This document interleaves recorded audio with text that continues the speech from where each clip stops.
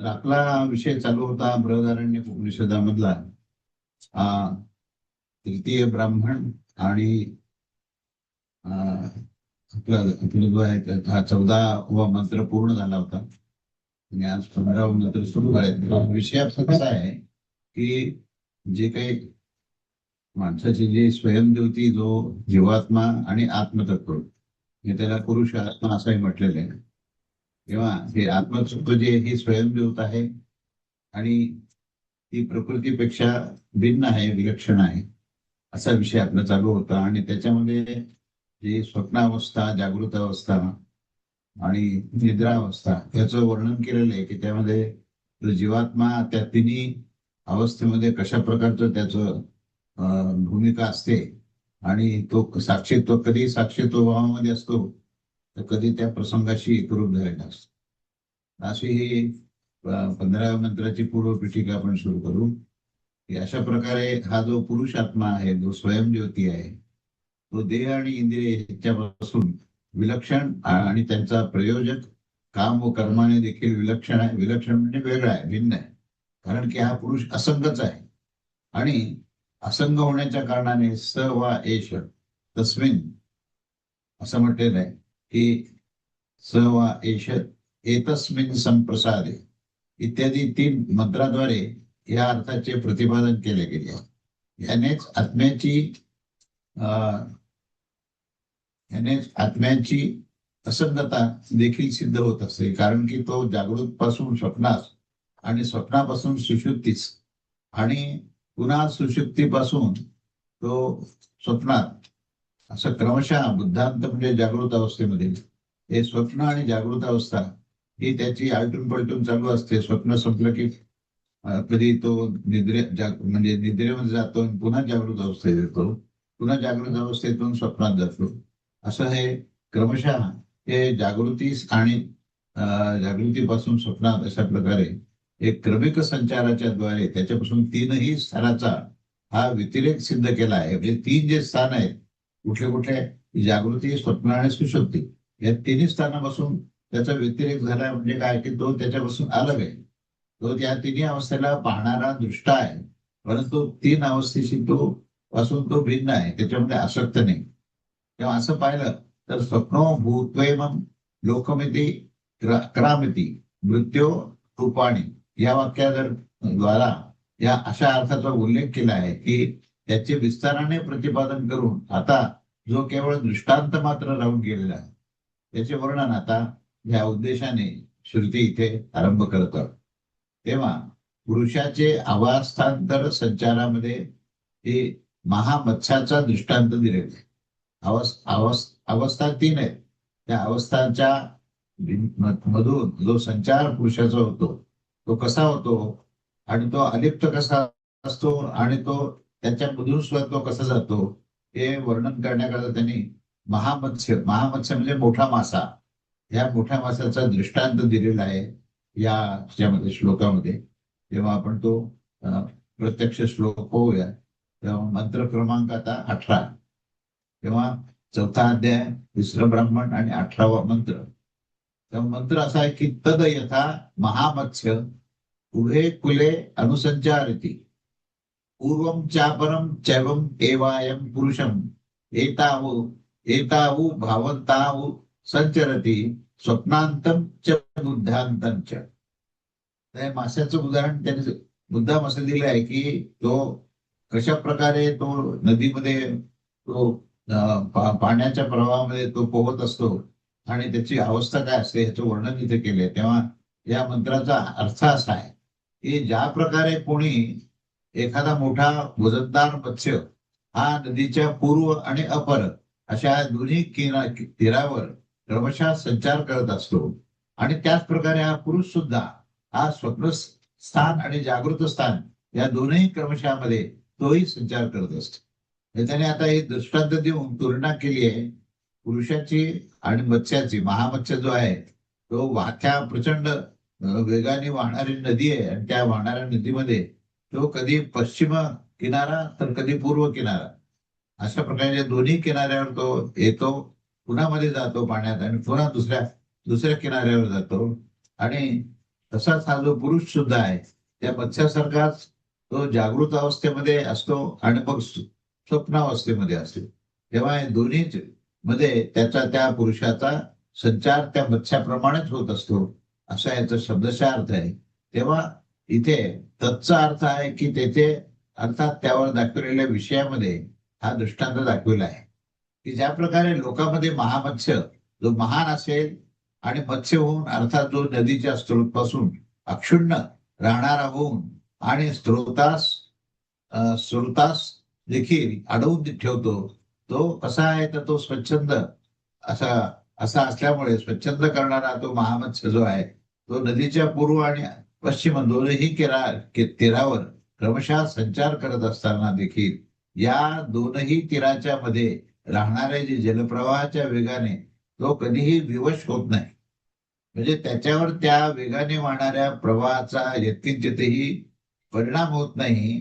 तो अतिशय आपल्या सहज अवस्थेमध्ये तो त्या प्रवाहामध्ये वेगाने तो वाहत असतो, पण त्याला त्याचा कुठलाही त्याच्यावर विपरीत परिणाम होत नाही. अगदी त्याच प्रकारे हा जो पुरुष आहे तो या दोनही स्थानामध्ये क्रमशः संचार करत असतो. तर हे दोन स्थान कोणते आहेत? एक स्वप्न स्थान आहे आणि एक जागृत स्थान आहे. असा तो दृष्टांत हा प्रदर्शन करण्याचे फल तर हे आहे की आपल्या या प्रयोजकाचे काम आणि कर्माचे सहित हे मृत्यूरूप देहेंद्रिय संघात अनात्म धर्म आहे आणि हा आत्मा त्याच्यापेक्षा भिन्न आहे, विलक्षण आहे. अशा प्रकारे याची विस्ताराने व्याख्या करून दिलेली आहे, असा याचा अर्थ आहे. म्हणून हा जीवात्मा जो आहे तोच पुरुष आहे आणि त्याचं स्वरूपतः त्याचं वर्णन केलेलं आहे की तो स्वतः सच्चिदानंद घनस्वरूप असल्यामुळे त्याला प्राकृतिक कोणत्याही गोष्टीचा त्याच्यावर प्रभाव होत नाही. आणि म्हणून प्राकृतिक गोष्टी काय काय आहेत तर जागृत अवस्था आहे आणि स्वप्नावस्था आहे. तेव्हा या दोन्ही स्थितीमध्ये तो संचार करत असतो, पण त्याचा त्यांच्यावर प्रभाव होत नाही. कोणावर होत नाही? आत्मतत्वावर. आत्मतत्वावर त्याचा प्रभाव होत नाही. आणि ज्या पूर्ण प्रकृतीमध्ये आसक्त असतात, जे जीव जगतामध्ये त्या आसक्त आणि कामनेने युक्त असतात, त्यांना मात्र त्या जागृत अवस्था आणि स्वप्नावस्थेमध्ये ज्या काही घटना घडतात त्या घटनेचा त्यांच्यावर परिणाम होतो. परंतु आत्मस्थितीमध्ये गेल्यानंतर जो आत्मधर्म ज्याच्यामध्ये आत्मस्वभाव आत्मभाव आहे त्या आत्मभावामध्ये अशा या कुठल्याही प्रकारच्या जागृती आणि स्वप्न अवस्थेवर त्यांच्यावर कुठलाही परिणाम होत नाही. अशी ही त्याची त्या आत्मतत्वाची व्याख्या आहे. तेव्हा आता पुढचं मंत्र पाहू आणि त्याचं पूर्वपीठिका काय ते पाहू. येथे आता स्थानत्रय म्हणजे कुठले? जागृती, स्वप्न, सुषुप्ती हे 3 स्थान आहेत आणि या स्थानत्रयीच्या क्रमिक संचाराच्या द्वारे देहेंद्रिय संगताच्या व्यतिरिक्त स्वयंप्रकाश आत्म्याची काम आणि कर्मापासून एकदम भिन्नता दाखवली आहे. येथे संसार धर्मवान नाही, याचा संसारित्व अविद्येने आरोपित उपाधीच्या कारणानेच आहे.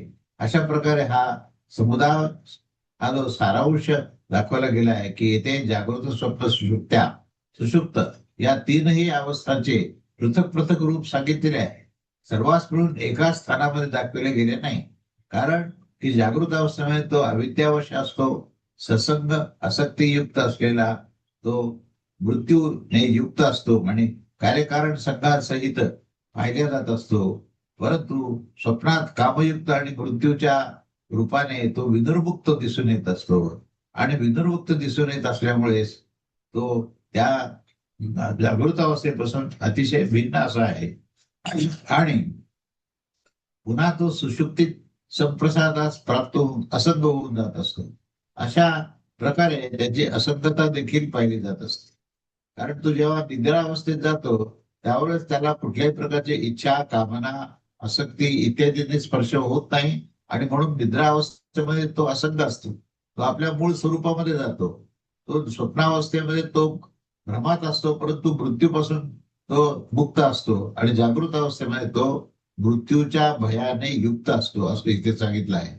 त्यामुळे इथे जो उपसंहाराचे जे फळ आहे ती त्याची नित्य शुद्ध बुद्ध नित्य स्वभावता एक स्थानावर संग्रहित करून पाहायला नाही गेले पाहिजे.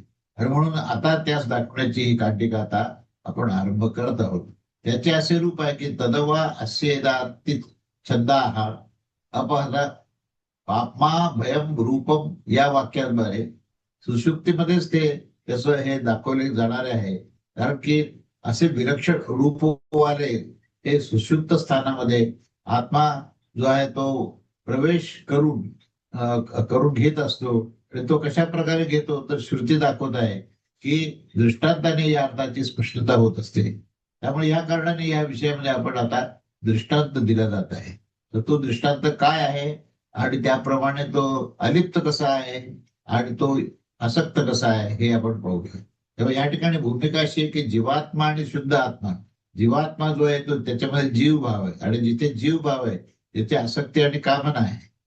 त्यामुळे सुषुप्ती असो, स्वप्न असो किंवा जागृत अवस्था असो, या तिन्हीमध्ये तो केवळ सुषुप्त अवस्था म्हणजे इंद्रिय अवस्थेमध्येच तो संपूर्णपणे असंग असतो असं या ठिकाणी म्हटलंय. म्हणून आता सुषुप्त अवस्थेच त्याने त्याचं वर्णन केलेलं आहे की सुषुप्त अवस्था म्हणजे काय. तर ते त्याचा विषय असा आहे की सुषुप्ती हे आत्म्याचे विश्रांती स्थान आहे. आणि यासंबंधी शेनचा दृष्टांत दिलाय. शेन म्हणजे काय ते पुढे सांगितलं.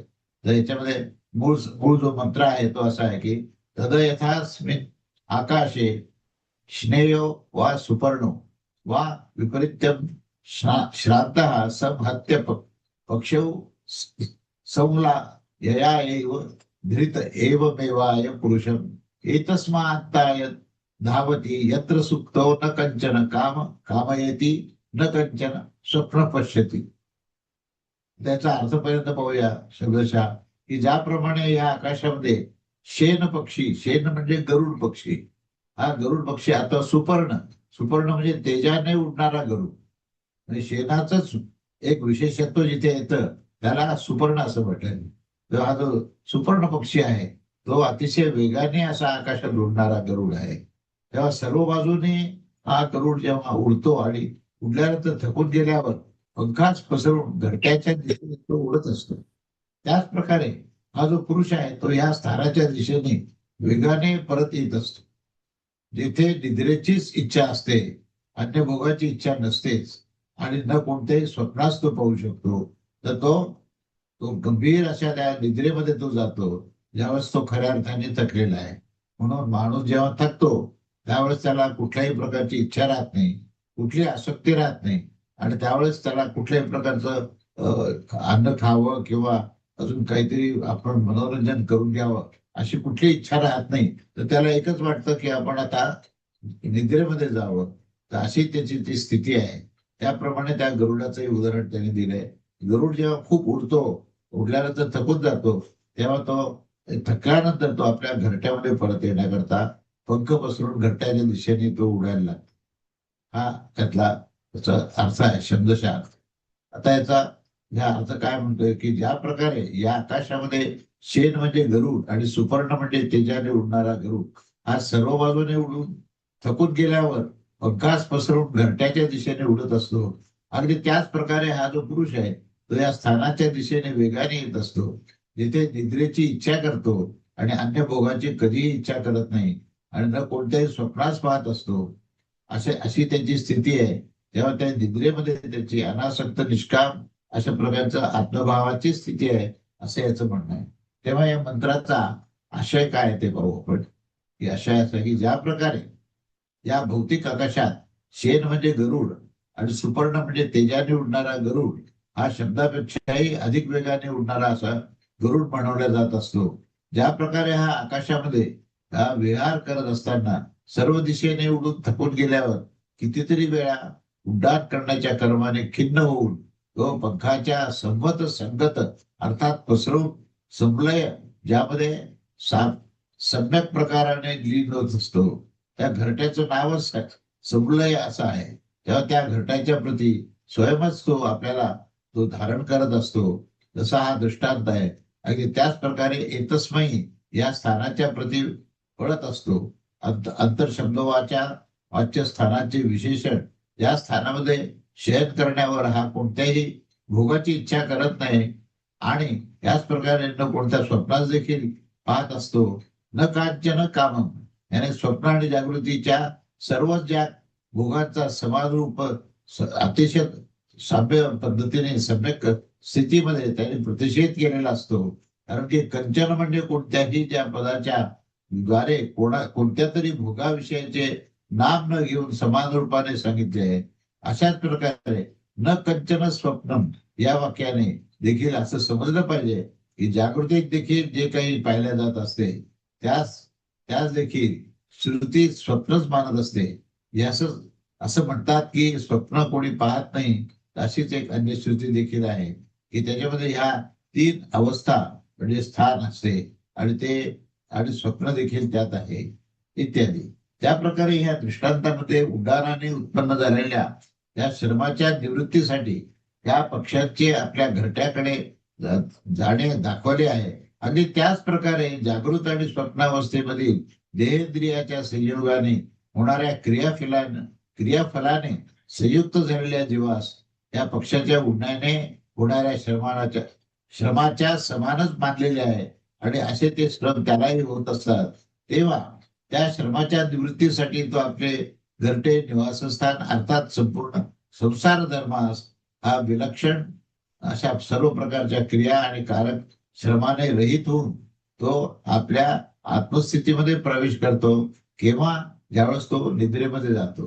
म्हणजे निद्रा आणि ह्या 2 अवस्था ज्या आहेत, जागृती आणि स्वप्न या 2 अवस्था आणि निद्रा ही अवस्था, याची जर तुलना केली तर जागृती आणि स्वप्न याच्यामध्ये श्रम आहेत, त्या ठिकाणी थकवा आहे, त्या ठिकाणी अहंकाराचा भाग आहे की मी करतोय, मी भोगतोय आणि मी थकलेलो आहे. तशा प्रकारचं कुठल्याच मी नावाची वस्तू या झोपेमध्ये नसते. आणि म्हणून ते आत्म्यामध्येच त्यावेळेस प्रवेश केलेले असतात. त्याची ती आत्मभाव आणि आत्मस्थिती आहे हे इथे प्रकर्षाने सांगितलं आहे. म्हणून तो कुठल्याही कर्माचा त्या ठिकाणी त्याचा संबंध राहत नाही. अशी ती दिव्य अवस्था ही श्रुती ह्याच्यामध्ये दिलेली आहे. म्हणजे त्या निद्रा अवस्थेचं महत्व तिथे दिलेलं आहे. आता पुढे असं म्हणतात की स्वप्नदर्शनाची जी स्थानभूता हिता नामनी ही नाड्यांचे वर्णन केले. हिता नावाची नाडी आहे आणि ती स्वप्न दर्शनाच्या वेळेस तिचं नेमकं कार्य काय आहे हे या पुढच्या विवेचनात आहे. जर या सर्व संसार धर्मशून्यता हा आत्म्याचा स्वभाव असेल तर याचा सांसारिक धर्माने युक्त होणे व अन्य उपाधीचे जे कारण आहे ते आणि ज्याच्या हेतूने याच्या परोपाधिकृत संसार धार्मित्व जे आहे ती अविद्याजनकच आहे. तेव्हा आता प्रश्न होत आहे की जर आगंतुक असेल तर ती अविद्या स्वाभाविक असते अथवा काम व कर्माधिकांच्या समान आगंतुक आहे. जरी ती आगंतुक असली तरी तेव्हापासून मोक्ष होणे तर संभवच नाही. म्हणजे जागृत अवस्था आणि स्वप्नावस्थेमध्ये तो जर सातत्याने त्या आसक्ती आणि कामनेने युक्त असेल तर त्याला त्या ठिकाणी मोक्ष मिळण्याची शक्यताच नाही. परंतु त्याचा आगंतुक होण्यात युक्ती काय आहे तर अविद्या आत्म्याचाच धर्म नसतो आणि म्हणून अनर्थाची बीजभूता अविद्येचे स्वरूप ही निर्णय करण्यासाठी ही आता पुढील कांडिका आरंभ करत आहे. तुमचा हा 20वा मंत्र ह्याच्यावर आता त्याची चर्चा आहे. 20वा मंत्र असा म्हणतो की ता वा असैता हिता नाम नाड्यो यथा केशः सहस्रदा भिन्नस्तावता अणिम्ना तिष्ठन्ति शुक्लस्य नीलस्य पिंगलस्य हरितस्य लोहितस्य पूर्णा अथ यत्रैनं घ्नन्तीवं जिनन्तीव अस्तीव विच्छायाति गर्तमेव पतति यदेव जागृत भयं पश्यति तदत्रा विद्यया मन्यतेथ यत्रे देव इव. अशा प्रकारचा हा जो मंत्र आहे. आणि मग शेवटी म्हटले की राजो वा हमे वेद सर्वस्मिती मन्यते सोस्य हे परमोलोका. असा हा मंत्र 20वा मंत्र आहे. या 20व्या मंत्रामध्ये आता काय नेमकं त्याचा अर्थ आहे शब्दशः ते पाहून त्याचा आपण आशय पाहूया. तेव्हा या 20व्या मंत्राचा अर्थ असा आहे की त्याची ती हिता नावाची जी नाडी आहे ज्याच्यामध्ये ज्या प्रकारे सहस्त्र भागामध्ये विभक्त ही केशाच्या ह्याच्याप्रमाणे ती अतिशय सूक्ष्म अशी असते, तशीच सूक्ष्मतेने ती राहत असते. तेव्हा ते शुक्ल, नील, पीत, हरित आणि लाल रंगाच्या रसाने पूर्ण असते. त्याच्यामध्ये या नाडीमध्ये काय असतं की पंचरंग आहेत आणि या पंचरंगाने ती सूक्ष्म झालेली असून त्याच्यामध्ये एक विशिष्ट प्रकारचा रस हा त्यामध्ये असतो. तर जिथे या पुरुषास मानाकी मारतात, मानाकी आपल्या वशामध्ये वशामध्ये आणून घेतात आणि जेथे त्यांना हत्ती ओढत आहे अथवा जेथे हे माना की तो खड्ड्यात मध्ये पडत आहे, अशा प्रकारे देखील जे जागृत अवस्थेच्या संबंधी जे भय दिसत असते त्यांना या स्वप्नावस्थेमध्ये अविद्येने मानत असतात. आणि जेथे हे देवतांच्या समान, राजाच्या समान मी हे सर्व आहे असे मानत असतो, तेच ह्याचे परमधाम आहे. असा याचा शब्दसार. आता आपण याचा विस्ताराने आशय काय ते आपण पाहूया. तेव्हा आशय 4था अध्याय 3रं ब्राह्मण 20वा मंत्र. तेव्हा आशय असा आहे की ह्या शिर आणि हात या आदी अवयवाला या पुरुषाच्या या हिता नाड्या ज्या प्रकारे सहस्त्र विभागामध्ये या विभक्त झालेल्या युक्त हे केस म्हणजे केसा इतक्या सूक्ष्म परिघामध्ये असणाऱ्या आणि त्याच परिमाणात म्हणजे सूक्ष्मतेने राहत असतात, जे ते शुक्ल, नील, पीत, हरित आणि लाल ह्या रसाने त्या भरलेल्या असतात आणि त्याचे आणि ह्याप्रमाणे हे सर्व भिन्न भिन्न रस त्याच्यामध्ये भरलेले असतात आणि या शुक्लत्वादी विशिष्ट रसाने ते परिपूर्ण असतात. हे रसाचे वर्ण हे विशेष वात, पित्त आणि कफ या पारस्परिक संयोगाने हे विशेष विषमतेचे कारण हे विभिन्न आणि बऱ्याच प्रकारचे होत असतात. तेव्हा अशा प्रकारची ही शुक्लादी रसांनी संपूर्ण शरीरामध्ये पसरलेली आणि बालाग्राच्या एक सहस्रांश परिणामवाली ही परिमाणवाली ही सूक्ष्म नाड्या त्या 17 तत्वाच्या लिंग शरीरात 17 तत्वाच्या या लिंग शरीरात ते राहत असतात आणि त्याच्या आधी संसाराचे उच्च नीच धर्माच्या अनुभवाने उत्पन्न झालेल्या या साऱ्या वासना तेथे असतात. वासनांच्या आश्रयभूत ते लिंग शरीर असतं आणि सूक्ष्म होण्याच्या कारणाने स्वच्छ आणि स्फटिक मणीच्या समान असतं. तेव्हा ते नाडीगत रसरूप उपाधीच्या संशोधनाने या धर्म आणि अधर्म प्रेरित उद्भूत वृत्तीवाला, विशेषवाला तथा स्त्री, रथ, हत्ती इत्यादी आकारवाली विशेष वासनाने ते युक्त असेल आवश्यक. या सर्व गोष्टींनी त्या युक्त होत असतात. अशा या स्थितीमध्ये ज्या समयी वासनाच्या कारणाने कोणी शत्रू अथवा अन्य चोर इत्यादी येऊन मला मारत आहेत असे अविद्या संज्ञ उठताच प्रत्यय करून देत असतात. या विषयामध्ये हे सांगितलं जात असते की ह्या स्वप्नदृष्ट्या मानाकी मारत आहेत आणि ती मानाकी वश करत असतात आणि वास्तवात त्या समयी न कोणी मारत असतं, न कोणी वशकाम करत असतं. कुठल्याही प्रकारचे त्याच्या मृत्यूला ते कारणीभूत असतात किंवा त्याला ते वश करतात. असं जर केवळ अविद्या जनित वासनेच्या उद्भवाच्या कारणाने ही केवळ भ्रांती होते. हे सर्व जे काही वर्णन केले एका प्रकारे भ्रांतीचं वर्णन केलेलं आहे. तेव्हा असे हे भ्रांती मात्र होऊन जातात आणि अशा प्रकारे हत्तीच्या समान कोणी या इच्छा तिथे विद्रवित करतात. अर्थात त्यांच्या मागे ते हे पळत मागे जात असतात आणि आपणास गर्त, जुने आणि कुपादीमध्ये पडल्यासारखे त्यांना दिसत असते. तेव्हा या अशा प्रकारची मिथ्या वासना निर्माण होऊन जात असते, जी दुःखरूपा होण्याच्या कारणाने अत्यंत निकृष्ट आणि अंतःकरणाची अधर्मोभासित वृत्तीचे हे आश्रित असे हे ते राहत असतात.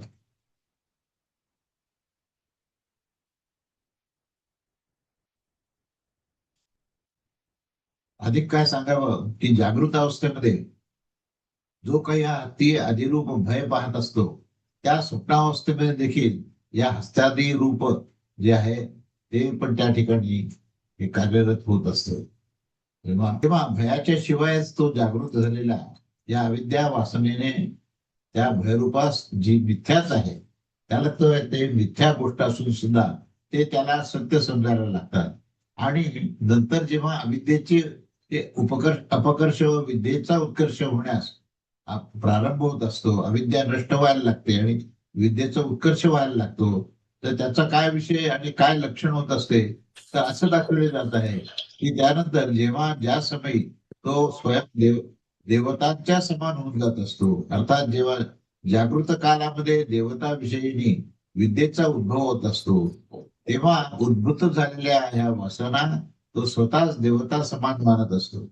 स्वप्नात देखील असेच सांगितले जात असते की त्या देवतेच्या समान आणि राजाच्या समान तो होत असतो.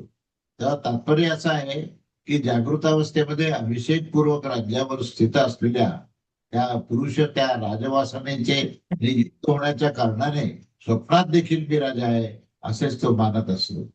तेव्हा अशा प्रकारे जेव्हा अविद्या अत्यंत क्षीण होऊन जात असते आणि सर्वात्म विषयीने विद्येचा उद्भव होत असतो, तेव्हा त्या समयी त्या भावाने भावित होण्याच्या कारणाने तो स्वप्नात देखील मीच सर्वरूप आहे असे मानत असतो.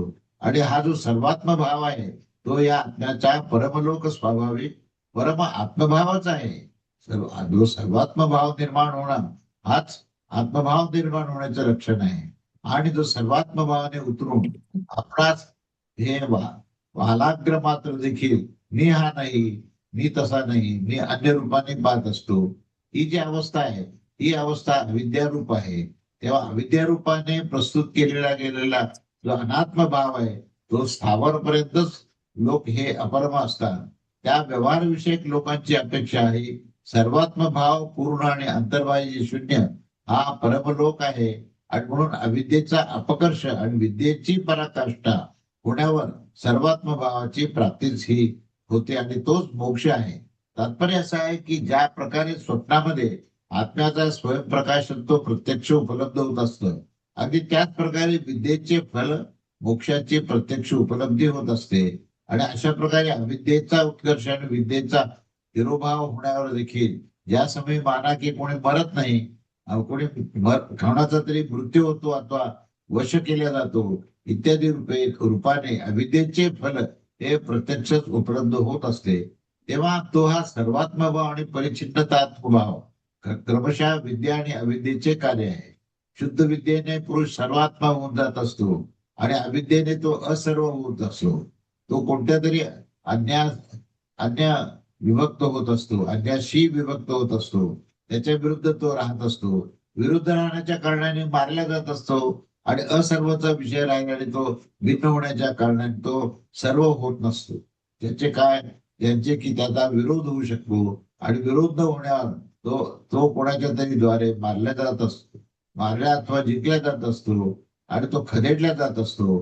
आणि म्हणून हा अविद्येचा जो स्वभाव आहे तो दाखवला गेलेला आहे की पुरुष जो आहे तो सर्वात्मा होताना देखील आपणास सर्वात्म रूपाने ग्रहण करत असतो. आत्म्यापासून भिन्न कोणतीही दुसरी वस्तू ही असू शकत नाही असं न होण्यावर देखील त्यास उपस्थित करत असतो आणि आत्म्यास असर्वरूप बनवून देत असतो. नंतर ज्याने भेद मानत असतो त्याच्या विषयामध्ये कामना होत असते, त्या कामनेने होणारी क्रिया त्याचा स्वीकार करत असतो आणि त्याचे फल होत अशा प्रकारचे होत असते. यामध्ये असं सांगितलं गेलं आहे की जे द्वैतासारखे होत असते तेच अन्यास पाहत असतात. हे अविद्येचे स्वरूप त्याच्या कार्याचे सहितच दाखविले गेले आहे. आणि अविद्याचे विपरीत रूपाने विद्येचे कार्य ही सर्वात्म भावाने दाखविले गेले आहे. तर ती अविद्या जी आहे ती आत्म्याचा स्वाभाविक धर्म नसतो, कारण की विद्येचा उत्कर्ष होण्यावरच तो स्वयं क्षीण व्हायला लागतो. आणि ज्या समयी विद्येची परात्म भावाची पूर्ण प्रतिष्ठा होऊन जात असते त्या समयी रज्जूचा निश्चय होण्यावर सुद्धा रज्जूमध्ये सर्पज्ञानाच्या समान त्याची सर्वथा निवृत्ती होत असते. तेव्हा असं देखील सांगितलं गेलेलं आहे की जिथे याच्यासाठी सर्व काही आत्माच होऊन गेलेला आहे तेथे कोणाच्या तरी द्वारे काय पाहिलं जाते तर ते पाहणं शक्य नाही, कारण तो एकमेव अद्वितीय तो आत्माच आहे. त्यामुळे त्याला अन्य कोणी पाहू शकत नाही इत्यादी. या कारणाने अविद्या आत्म्याचा धर्म नसतो, कारण की सूर्याची उष्णता आणि प्रकाशाच्या समान स्वाभाविक धर्मांचा कधीही उच्छेद होऊ शकत नाही. आणि म्हणून त्यानेच ही अंततः मोक्ष प्राप्त होत असतो. कारण मोक्ष म्हणजे सर्व सर्व प्रकारच्या बंधनातून मुक्ती आहे. आणि ही मुक्ती केव्हा शक्य आहे की ज्यावेळेस तो आत्मभावात आहे. आणि आत्मभावामध्ये होण्याकरताच त्याला ह्या सर्व प्रक्रियेतून जावं लागतं. त्याची जी व्यतिरेक साधना आणि मग नंतर शेवटी अन्वय साधना म्हणजे भगवंताशी एकरूप होणे हाच त्याचा अर्थ आहे. आणि त्या एकरूप होणं म्हणजेच मोक्ष आहे. आणि तेच जनकांनी मागितलं होतं की मला तू मोक्ष प्राप्त करण्याचा मार्ग दाखव. तेव्हा आता मोक्षाचं स्वरूप काय आहे ते प्रदर्शित करण्यामध्ये स्त्रीपासून मिळालेल्या पुरुषाचा दृष्टांत दिलेला आहे की मोक्ष म्हणजे काय आहे. त्याच्याकरता हा दृष्टांत मुद्दा दिलेला आहे. त्या दृष्टांताचा आपल्याला सखोल अभ्यास करून त्याच्यामध्ये नेमकं त्यांनी काय सांगितलं आहे, काय त्या ठिकाणी दिशा दिली आहे हे आपल्याला समजणं हे अतिशय महत्वाचं आहे. तेव्हा आता याची पूर्वपीठिका पाहू आपण की आता जे हे विद्येचे फल क्रियाकारक व फलाने रहित सर्वात्म भावरूप मोक्ष असतो, ज्यात की अविद्या, काम आणि कर्माचा अभाव असतो, ज्याचे प्रत्यक्षतः निर्देश केला जात असते. ज्या अवस्थेमध्ये झोपलेला पुरुष कोणत्या तरी भोगाची ही इच्छा न करता आणि न न याचे प्रकट या कुठल्याही प्रकारची इच्छा न करता आणि न कोणतेही स्वप्न तो पाहत असतो. अशा प्रकारे ज्याचे हे प्रकरण चालले आहे त्या संदर्भी आता हा पुढचा मंत्र क्रमांक 21. तेव्हा चौथा ब्राह्मण, चौथा अध्याय, तिसरा ब्राह्मण आणि 21वा मंत्र हा आता आपण विस्ताराने खूप विस्ताराने मांडलेला हा मंत्र.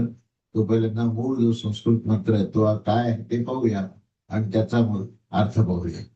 तदवा असेदती छंदः अपहत पापात्मा भयम रूपम तद यथा प्रियया स्त्रिया संपरिष्वक्तो न बाह्यं किंचन वेद नान्तरं मेवायः पुरुषः प्रज्ञेनात्मा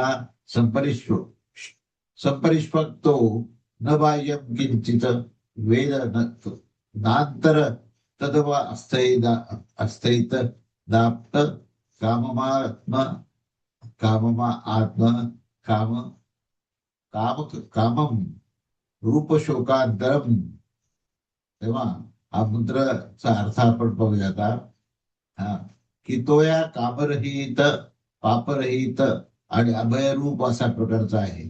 आणि व्यवहारात ज्या प्रकारे आपल्या प्रिय पत्नीस आलिंगन करणाऱ्या पुरुषास न काही बाहेरचे ज्ञान राहते आणि न हे अंतरंगातले, अशा प्रकारे हा जो पुरुष आहे तो प्रज्ञात्माने आलिंगित होण्यावर न काही बाहेरचे विषय जाणत असतो आणि न अंतरंगाचे विषय जाणतो.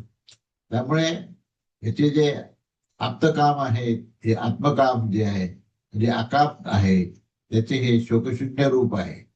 म्हणजे त्याला याच्यामध्ये कुठल्याही प्रकारच्या बाहेरच्या आसक्ती आणि कामनाचा संबंध विच्छेद होतो आणि तो आत्मकामामध्ये, आत्मस्थितीमध्ये तो जातो असं याचं म्हणणं आहे. मी हे उदाहरण दिले त्या पत्नीचं. तेव्हा याचा आशय काय ते पाहूया आणि मग त्याचा विस्ताराने विचार करूया. तेव्हा आशय असा आहे की हे ह्याचे जे रूप आहे ते जे काही सर्वात्म भाव आणि ह्याचे परमलोक अशा प्रकारचं स्वरूप आहे, अशा प्रकारे सांगितलं गेलं आहे की ते अतिछंद अर्थात अतिछंद रूप आहे. कारण की अतिछंद शब्द जो आहे तो रूपाचे वर्णन करत आहे. हे आपण व्याकरणातले छंद आपण म्हणतो तसे नव्हे. छंद हे कामास म्हटलेले, कामानेच म्हटले आहे. म्हणजे आपण ज्याला हॉबी म्हणतो तशा प्रकारे इथे छंद हा शब्द वापरला आहे. आणि म्हणून ज्या रूपाचे छंद कामाची निवृत्ती होऊन गेली असते ती अतिछंद म्हणायला जाते. जे जे सप्तछंद शब्द आहेत ते यापासून सर्वस्वी भिन्न आहे. म्हणजे गायत्री छंद आपण म्हणतो तर तो याच्यापासून ह्या इथे सांगितलेल्या अतिछंदापासून हे भिन्न आहे. तेव्हा हा जो छंद शब्द जो आहे तो कामवाची आहे आणि यामुळे तो स्वरांतच आहे. नंतर देखील अतिछंद या असे दीर्घांत पाठ हा स्वाध्याय धर्मच जो आहे तो समजला पाहिजे. लोकांमध्ये स्वच्छंद, परच्छंद इत्यादी शब्दामध्ये सुद्धा छंद शब्दाचे काम हे अर्थामध्ये प्रयोग प्रसिद्ध आहे. आणि म्हणून कामवर्जित अशा या अर्थामध्ये या रूपाचे अतिशय अशा प्रकारे परिवर्तन करून घेतलेले आहे. तेव्हा